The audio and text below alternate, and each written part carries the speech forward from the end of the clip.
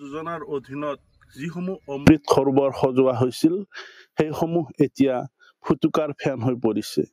বৰ্তমান মই উপস্থিত আছো কমলপুৰ সমষ্টিৰ সোণাপুৰ গাঁও পঞ্চায়তৰ অন্তৰ্গত কলাগুছি গাঁৱত আৰু তাত যি অমৃত সৰোবৰ সজোৱা হৈছে সেইসমূহ বৰ্তমান ফুটুকাৰ ফেন হৈ পৰিছে আৰু মোৰ সতীৰ্থ বিজয় পাঠকে দেখুৱাব সামগ্ৰিক পৰিৱেশ। মোৰ সপোন আছিল নিবনুৱা সমস্যা সমাধান কৰাৰ বাবে কিছু আমাৰ নিবনুৱা যুৱক যুৱতী মৎস্য পালন কৰাৰ, কিন্তু সেই সপোন এতিয়ালৈ আধৰুৱা হৈ থাকিল ৩ বছৰ ধৰি। আৰু মোৰ লগত আছে অসম যুৱ ছাত্ৰ পৰিষদৰ ভৱেশ ডেকা ডাঙৰীয়া, তেখেতৰ পৰা কিছু মই জানিব বিচাৰিম। দাদা কওকচোন। মুখ্যমন্ত্ৰীৰ এখন অভিলেখী আঁচনি হ'ল অমৃত সৰোবৰ। মুখ্যমন্ত্ৰীৰ সমগ্ৰ গ্ৰাম্য উন্নয়ন যোজনাৰ অধীনত যি অমৃত সৰোবৰৰ ব্যৱস্থা কৰা হৈছিল, ইয়াৰ উদ্দেশ্যটো আছিল যে গাঁওসমূহৰ যি নিবনুৱা যুৱক যুৱতী আছিল তেখেতসকলক মৎস্য পালনৰ জৰিয়তে স্বাৱলম্বিত কৰা। কিন্তু আমি দেখা পাইছোঁ যে এই আঁচনিখন সমগ্ৰ অসমৰ লগতে কমলপুৰ সমষ্টিৰ কমলপুৰ ব্লকত সোণাপুৰ গাঁও পঞ্চায়তৰ ৩খন গাঁৱত ৩টাকৈ অমৃত সৰোবৰৰ ইয়াত ব্যৱস্থা কৰা হৈছিল। কিন্তু আমি দেখা পাইছোঁ যে এই ৩টা অমৃত সৰোবৰে আজি ৩ বছৰে ধৰি পৰিত্যক্ত অৱস্থাত পৰি আছে। এইখন এখন ফুটুকাৰ ফেন বগা হাৰত পৰিণত হৈছে। আমি অসম জাতীয়তাবাদী যুৱ ছাত্ৰ পৰিষদে গৰিহণাই দিছোঁ এইকাৰণে যে এই আঁচনিখন যি নিবনুৱা যুৱক যুৱতীসকলৰ স্বাৰ্থত ব্যৱহাৰ কৰাৰ কাৰণে লোৱা হৈছিল, কিন্তু আজি 3 বছৰ কাৰ্যক্ষম হৈ নুঠিল। আজি এই যিটো অমৃত সৰোবৰ পুখুৰী আছে, এই পুখুৰীত আজি আপুনি মাছ কাছ দেখিবলৈ নাপায়। আজি আপুনি দেখিবলৈ পাব বেং, ভেকুলী, সাপ এইবিলাকে বাহা লৈছে এই অমৃত সৰোবৰত। গতিকে আমি অসম জাতীয়তাবাদী যুৱ ছাত্ৰ পৰিষদে বিধায়ক মহোদয়কে হওক, মুখ্যমন্ত্ৰী মহোদয়কে হওক, তেখেতৰ প্ৰতিনিধি আহি এই অমৃত সৰোবৰ 3টা তদন্ত কৰিব লাগে কি কাৰণত এই 3টা অমৃত সৰোবৰ পৰিত্যক্ত অৱস্থাত আছে।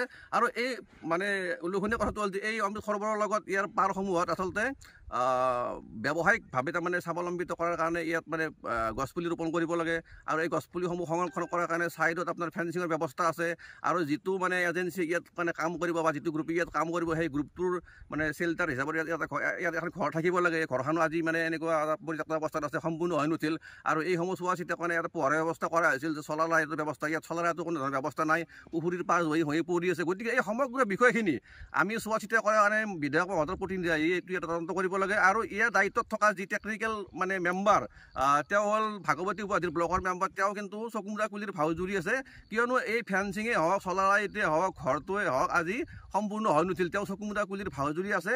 আৰু তেওঁ ভেণ্ডাৰসমূহক পইচাসমূহ মোকলাই দি পেলাই তেওঁ চকুমুৰা কুলিৰ ভাও জুৰি ইয়াত দায়িত্ব লৈ আছে। গতিকে আমি ভেণ্ডাৰসমূহকো সকিয়াই দিছোঁ, ইয়াত যি আন্তঃগাঁথনিৰ কাম আছে সোনকালে সম্পূৰ্ণ কৰিব লাগে। নহ'লে কিন্তু আমি অসম জাতীয়তাবাদী যুৱ ছাত্ৰ পৰিষদে কিন্তু ইয়াত আন্দোলন কৰিবলৈ বাধ্য হ'ম। আৰু আমি বিধায়ক মহোদয়ক কাকতে অনুৰোধ জনাইছোঁ যে অতি শীঘ্ৰে এই 3টা আমি সৰোবৰ কাৰ্যক্ষম কৰিব লাগে, এই আমাৰ দাবী।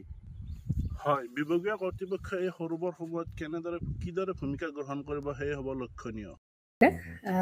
জুবিন গাৰ্গৰ গীতসমূহৰ ওপৰত আধাৰিত গানে কি আনে নামৰ এটা সুন্দৰ অনুষ্ঠান আপোনালোকৰ ওচৰলৈ আহি আছে অতি শীঘ্ৰে। অহা 15 আগষ্টৰ পৰা ধেমাজিৰ পৰা প্ৰথম অডিশ্যন আৰম্ভ হ'ব।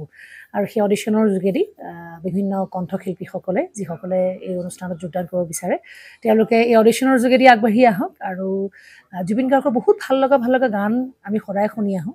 আৰু আপোনালোকৰ যদি ভাল লগা গান থাকে, জুবিন গাৰ্গৰ আপোনালোকে গাই ভাল পায়, তেন্তে অডিশ্যনত যোগদান কৰক। মোৰ ফালৰ পৰা আন্তৰিক শুভকামনা থাকিল এই সম্পূৰ্ণ অনুষ্ঠানটোলৈ। ধন্যবাদ।